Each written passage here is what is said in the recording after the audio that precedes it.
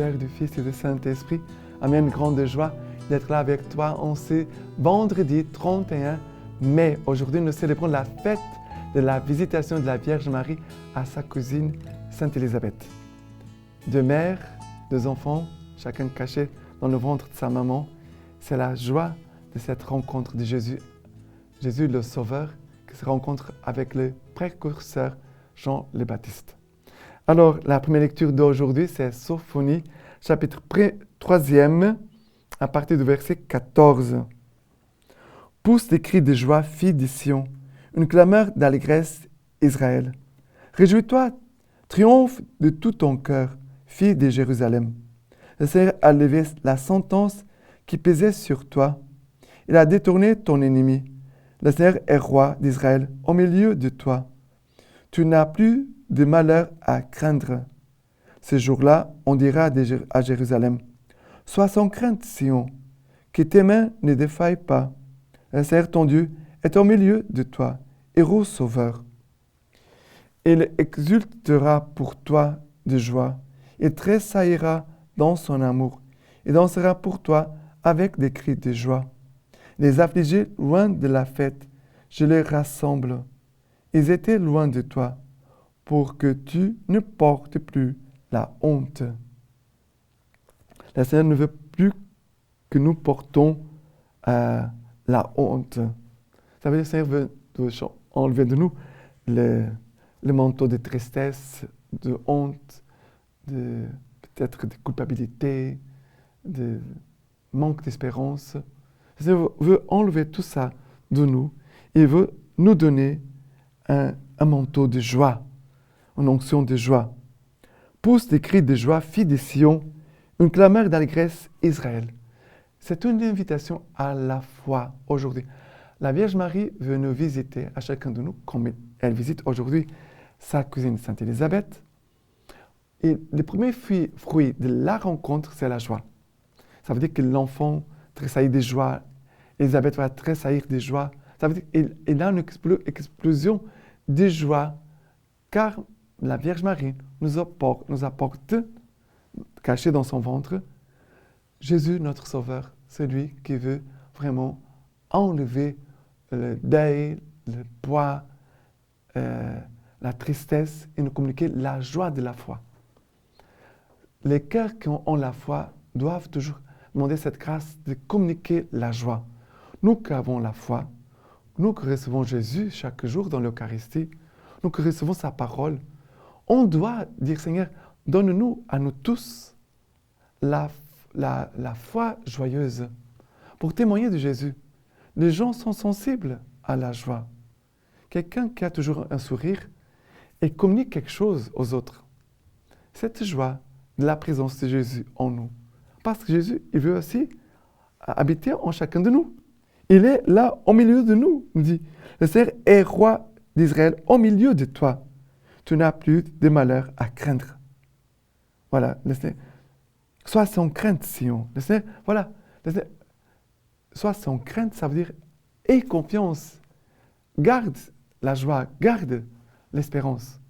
Voilà des paroles que le Seigneur nous communique aujourd'hui par la présence de la Vierge Marie, qui veut vraiment nous communiquer cette joie de la foi et cette danse. Il dansera pour toi avec des cris de joie. Il tressaillira dans son amour. Il exultera pour toi de joie. Dieu qui se réjouit avec nous, qui veut vraiment vivre avec nous cette fête. Dieu veut rassembler son Église aujourd'hui à travers la Vierge Marie pour pouvoir déjà dire le Seigneur, il est déjà caché dans le ventre de la Vierge Marie après l'Annonciation, en mois de mars. Maintenant, nous célébrons la fête de la Visitation. Ça veut dire dans 9 mois, non pas 9 mois, mais décembre déjà, cette fête, elle est liée à la fête déjà de Noël. Elle nous parle déjà du Seigneur qui est là, caché au milieu de nous. On doit être attentif à sa présence. D'accord? Et le psaume d'aujourd'hui, c'est le psaume, le cantique d'Isaïe, chapitre 12, à partir du verset 2. nous dit ceci. Voici le Dieu de mon salut. J'aurai confiance et je ne tremblerai plus, car ma force et mon chant, c'est le Seigneur. Il a été mon salut. Dans l'allégresse, vous puiserez de l'eau aux sources du salut. Et vous direz en ce jour-là, louez le Seigneur, invoquez son nom, annoncez au peuple ses eaux faits. Rappelez que son nom est sublime. Chantez le Seigneur, car il a fait de grandes choses. Qu'on le proclame sur toute la terre.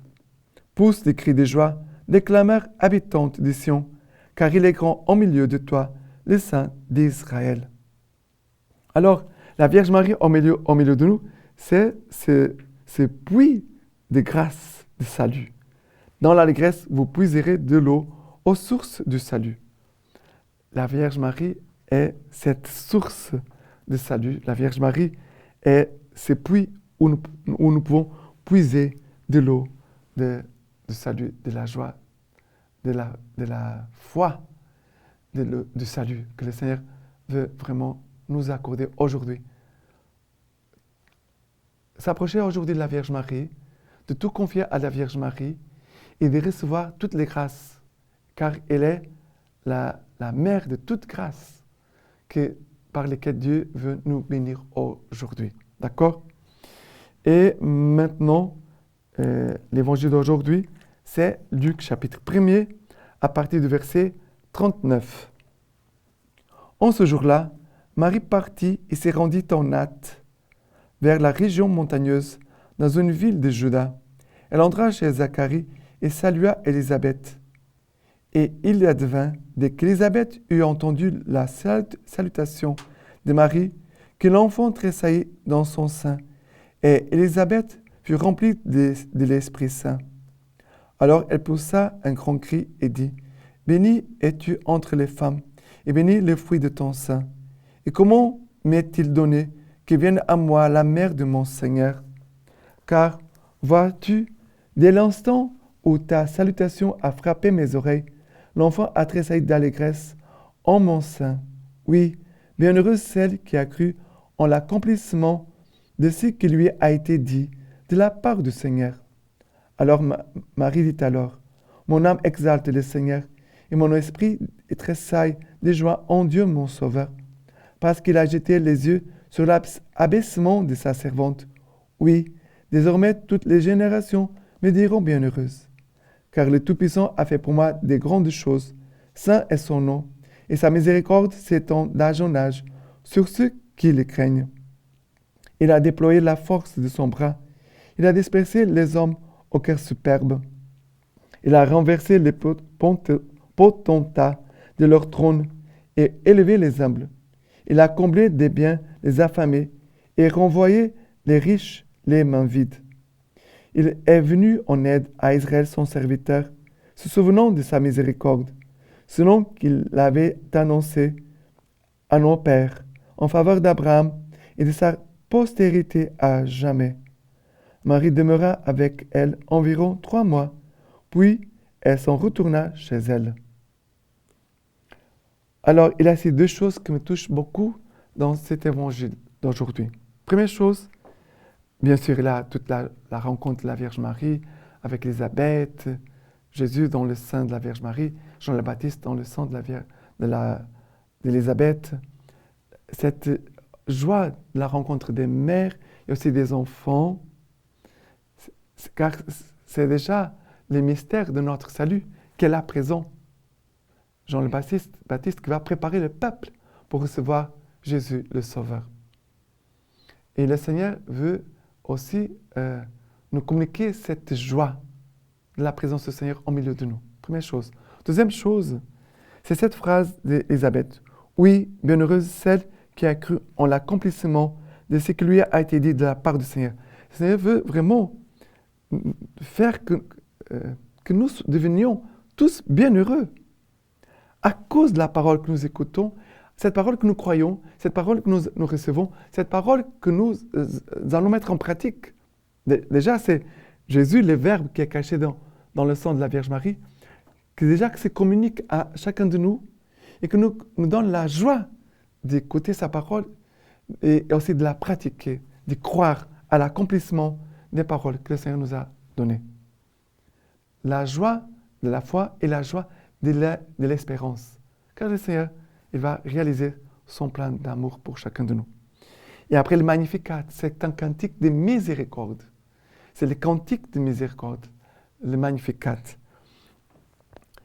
Il est venu en aide à Israël, son serviteur, se souvenant de sa miséricorde. Le Seigneur vraiment veut visiter l'Église, le monde, avec sa miséricorde. Car le Tout-Puissant a fait pour moi des grandes choses, saint est son nom, et sa miséricorde s'étend d'âge en âge sur ceux qui les craignent. C'est un cantique de louange, un cantique d'amour, c'est un cantique de miséricorde. Que cette miséricorde que nous apporte la Vierge Marie, elle puisse renverser tous les obstacles qui sont dans notre cœur, dans notre vie, pour vraiment ouvrir les portes à Jésus, notre Sauveur. Que les portes soient ouvertes à Jésus miséricordieux qui vient jusqu'à nous. Et la lecture patristique d'aujourd'hui, homélie de Saint Bède le Vénérable. Mon âme exalte le Seigneur, exulte mon esprit en Dieu mon Sauveur. Le sens premier de ces mots est certainement de confesser les dons que Dieu lui a accordés à elle, Marie, spécialement. Mais elle rappelle ensuite les bienfaits universels dont Dieu ne cesse jamais d'entourer la race humaine. L'âme glorifie le Seigneur quand elle consacre toutes ses puissances intérieures à louer et à servir Dieu. Quand, par sa soumission aux préceptes divins, elle montre qu'elle ne perd jamais de vue sa puissance et sa majesté. L'Esprit exulte en Dieu son Sauveur quand il met toute sa joie à se souvenir de son Créateur, dont il espère le salut éternel. Maintenant, je vous laisse la bénédiction par les mains toutes pures de la Vierge Marie. Dieu Tout-Puissant vous bénisse et vous garde, le Père, le Fils et le Saint-Esprit. Amen.